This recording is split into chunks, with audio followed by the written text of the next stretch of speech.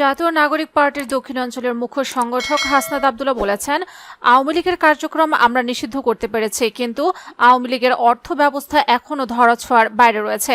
কুমিল্লার অনেক উপজেলার আওয়ামী লীগের রাজনীতি যেমন আওয়ামী লীগের টাকায় চলে, তেমনি বিএনপির রাজনীতিও আওয়ামী লীগের টাকায় চলে।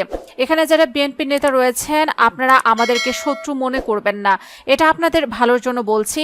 কুমিল্লায় অনেক উপজেলা আছে যেখানে সব দলের রাজনীতি এখন আওয়ামী লীগের টাকার কাছে বিক্রি হয়ে গেছে। শুক্রবার সন্ধ্যা জুলাই বৈষম্য বিরোধী ছাত্র আন্দোলনে কুমিল্লার আহত শহীদ ও বীর সন্তানদের সম্মানে জুলাই সমাবেশে প্রধান অতিথির বক্তব্যে এসব কথা বলেন তিনি। হাসনাত আব্দুল্লাহ আইন উপদেষ্টা আসিফ নজরুলের উদ্দেশ্যে বলেন, যারা হত্যাকাণ্ডের সঙ্গে জড়িত রয়েছে তারা যখন কোর্টে যায়, কোন বিচারক জামিন দেয়, সেগুলোর পেছনে কাদের ইন্ধন রয়েছে সেগুলো আপনি আমাদের সামনে প্রকাশ করুন। আপনি বারবার বলছেন আপনাকে ভিলেন বানানো হচ্ছে।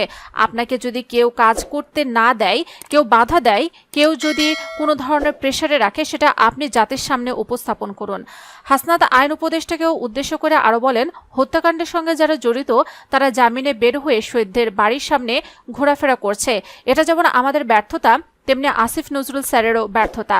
আমরা আপনার কাছে জানতে চাই, কথা ছিল জানুয়ারি মাসেই দ্বিতীয় ট্রাইব্যুনাল গঠন করা হবে, এখন মে মাস, এখন পর্যন্ত কেন ট্রাইব্যুনাল গঠন হয় নাই? খুনিদের বিচার হচ্ছে এই অন্তর্বর্তীকালীন সরকারের প্রধান ও প্রথম সংস্কার।